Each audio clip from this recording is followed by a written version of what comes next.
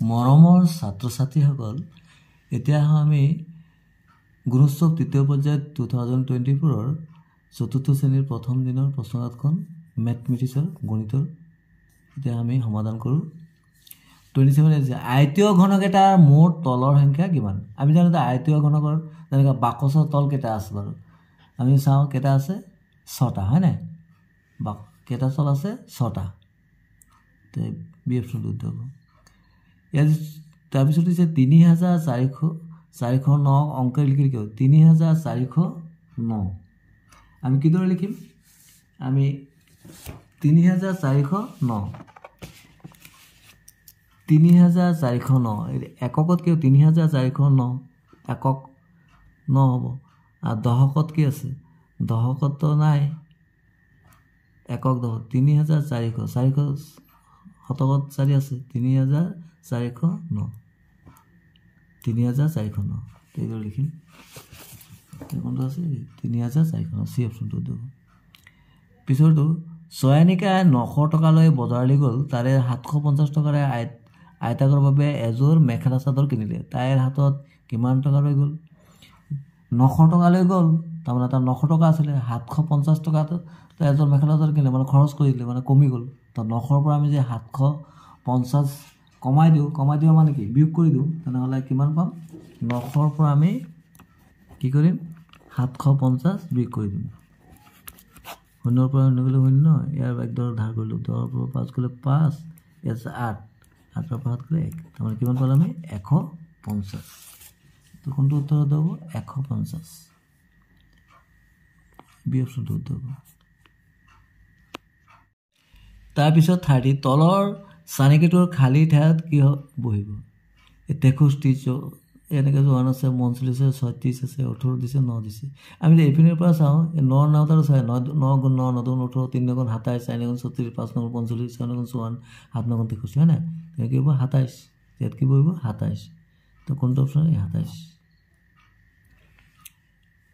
6 metre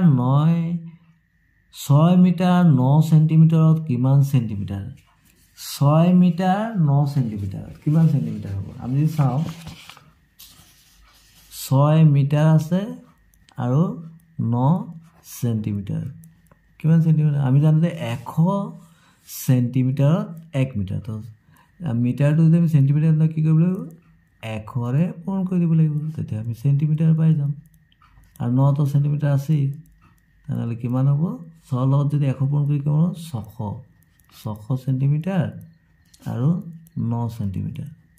তেতিয়া কিমান হ'ব? 600 লগত 9 যোগ কৰিলে 609 চেণ্টিমিটাৰ।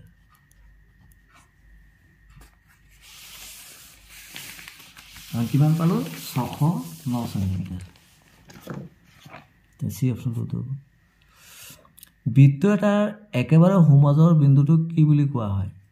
বৃত্ত এটাৰ একেবাৰে সোঁমাজৰ বিন্দুটোক কি বুলি কোৱা হয়? কেন্দ্ৰ বুলি কোৱা হয়। কেন্দ্ৰ বুলি কোৱা হয়, এই অপশ্যনটো উত্তৰ হ'ব। আমি এটা বৃত্ত আঁকি লৈছোঁ, এইটো ধৰ এটা বৃত্ত, এইটোক মাজৰ বিন্দুটোক কি বুলি কয়? আমি যদি কম্পাছ দিয়াকৈ মাজৰ বিন্দুটো কি হয়? কেন্দ্ৰ বুলি কয়, এইটো কেন্দ্ৰ বুলি কয়। আৰু এই সোঁমাজ আৰু কেন্দ্ৰৰ মাজত এইটো যোগ, এইটোক কয় বোলে কি? এইটোক কয় ব্যাস। কি বুলি কয়? ব্যাস। আৰু কেন্দ্ৰৰ পৰা পৰিধিলৈকে জনা যিকোনো হেৰি কি বুলি কয়? ব্যাসাৰ্ধ।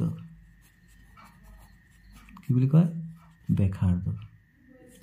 এইটো হ'ল পৰিধি।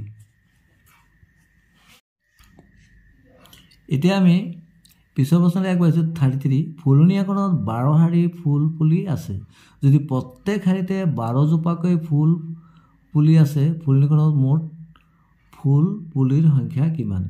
যিহেতু 12 শাৰী আছে আৰু প্ৰত্যেক শাৰীত 12 জোপাকৈ ফুল আছে, তেনেহ'লে মুঠ কিমান হ'ব? আমি কি কৰিব লাগিব? 12ক 12ৰে পূৰণ কৰি দিব লাগিব। 2 দুগুণ 4, 2 গুণ 2, 2 গুণ 2, 1 গুণ 1, কিমান পাম? 4 2 2 4 1, 140, তাৰমানে 144। তো কোনটো উত্তৰ? ইয়াত 240 240 124 140 ডি অপশ্যনটো উত্তৰ। এতিয়া 34ত দিছে, ইয়াত এটা শ্ৰেণী এটা বিভিন্ন খেল খেলি ভাল পোৱা ছাত্ৰ ছাত্ৰীৰ সংখ্যা তলৰ চিত্ৰটোত দেখুওৱা হৈছে। এগৰাকী ছাত্ৰ ছাত্ৰী মানে এটা হেৰি বুজাইছে, ইয়াত ছাত্ৰ ছাত্ৰীৰ সংখ্যা ইয়াত 1 2 কে দিয়া আছে 13লৈকে। ইয়াত খেলবিলাকৰ নাম আছে লুকা ভাকু, পানী পাৰ, চকলেট খোৱা দৌৰ, কাবাডী। ইয়াত প্ৰশ্ন হৈছে ওপৰত দ্বন্দ্বচিত্ৰৰ সহায়ত লুকা ভাকু আৰু চকলেট খোৱা দৌৰ খেলি ভাল পোৱা মুঠ ছাত্ৰ ছাত্ৰীৰ সংখ্যা গণনা কৰিলে কিমান পোৱা যাব?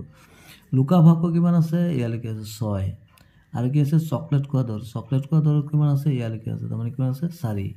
তাৰমানে এইটো 6 আছিলে, 6 আৰু 4 যোগ কৰিলে কিমান পাওঁ আমি? 10। তো ডি অপশ্যনটো উত্তৰ।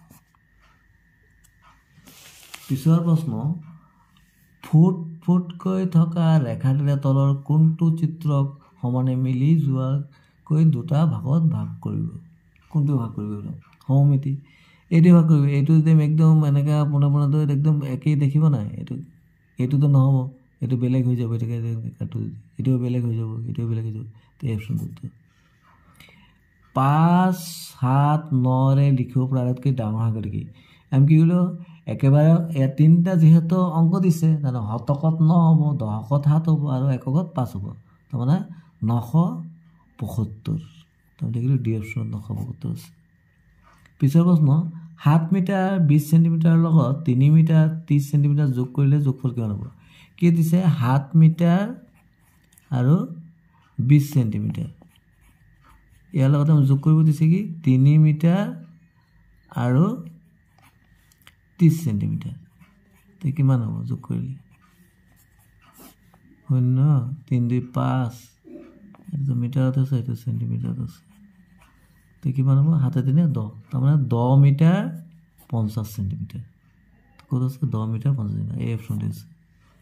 পিছৰটো 38 তলৰ চাৰিকোণত ইয়াত প্ৰশ্নবোধক চিহ্নৰ ঠাইত কি সংখ্যা পৰিব?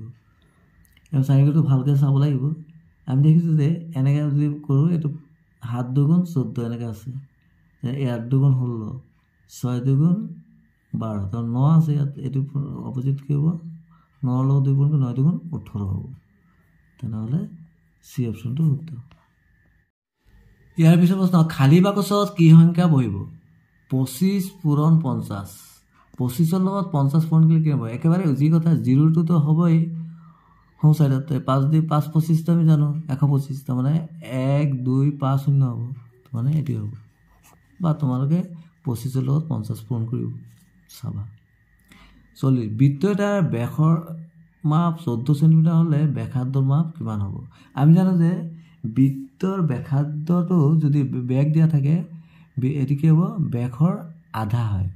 তাৰমানে বৃত্তৰ ব্যাস হ'ল ব্যাসাৰ্ধৰ দুগুণ আৰু ব্যাসাৰ্ধৰ ব্যাসৰ আধা, তাৰমানে 14ক যদি আমি 2ৰে হৰণ কৰি কিমান পাম? 7 চেণ্টিমিটাৰ। তোমালোকে এইদৰে মনত ৰাখিবা যে ব্যাসাৰ্ধ মানে আৰু ব্যাসাৰ্ধ গ'লটো ডি মানে ব্যাসক 2ৰে হৰণ কৰিব লাগে। 41 নম্বৰ 8.50 টকা আৰু পইচাত পোৱা কৰি একেবাৰে বুজি কথা। এইটো দশমিক, এইটো এইফালে থকা এইটো হ'ল টকা, এইটো হ'ল পইচা, তাৰমানে 8 টকা 50 পইচা। চি অপশ্যনটো উত্তৰ। খালী বাকচত কি পৰিব?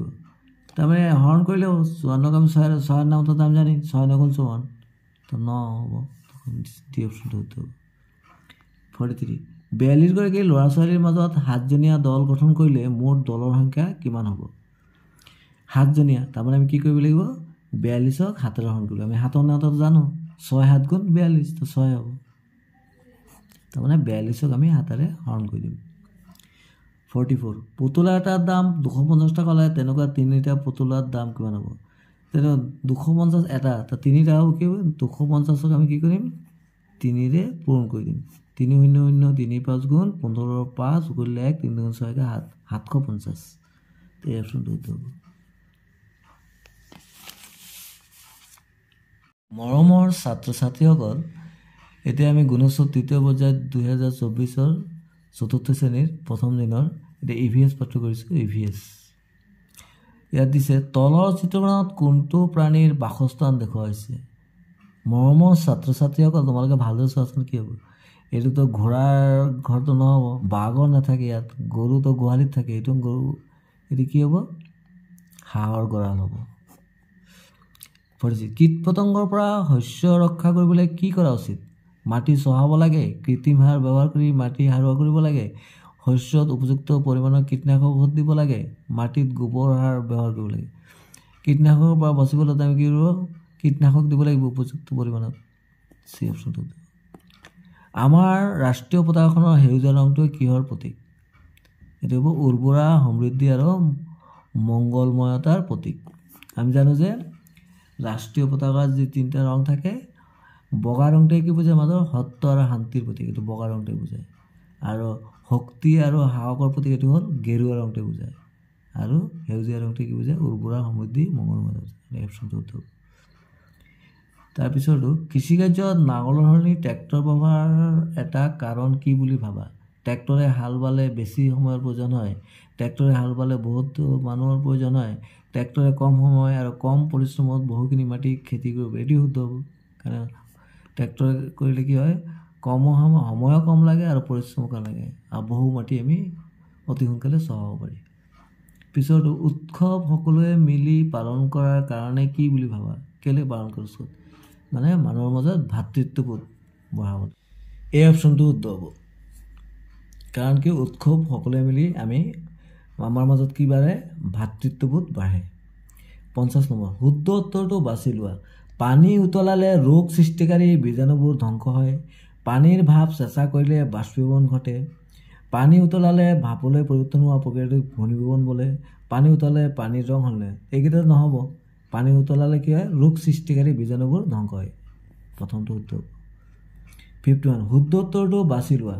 যোগাসন আৰু ধ্যান কৰিলে পঢ়া শুনাত মনোযোগ হ্ৰাস হয়, মানে কমে নেকি? নকমে।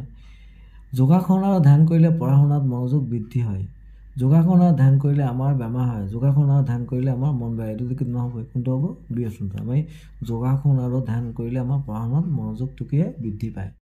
ইয়াৰ পিছৰ প্ৰশ্ন, তলৰ কোনটো এগুটীয়া ফল? এইটোতে একেবাৰে উজু। ডালিমততো বহুত গুটি থাকে, কঁঠালতো বহুতেই গুটি থাকে, আমৰ কেইটা গুটি থাকে? এটা। এগুটীয়া ফল আম। আৰু কমলাৰো বহুতো গুটি থাকে।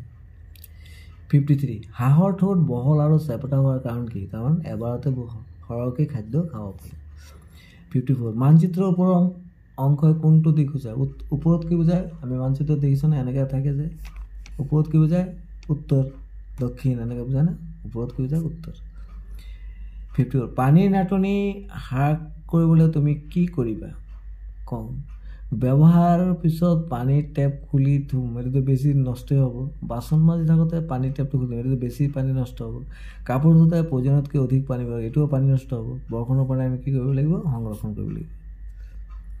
56, উদ্ভিদৰ কোনটো অংশই গছজোপা থিয় হোৱাই থকাত সহায় কৰে? কোনে কৰে?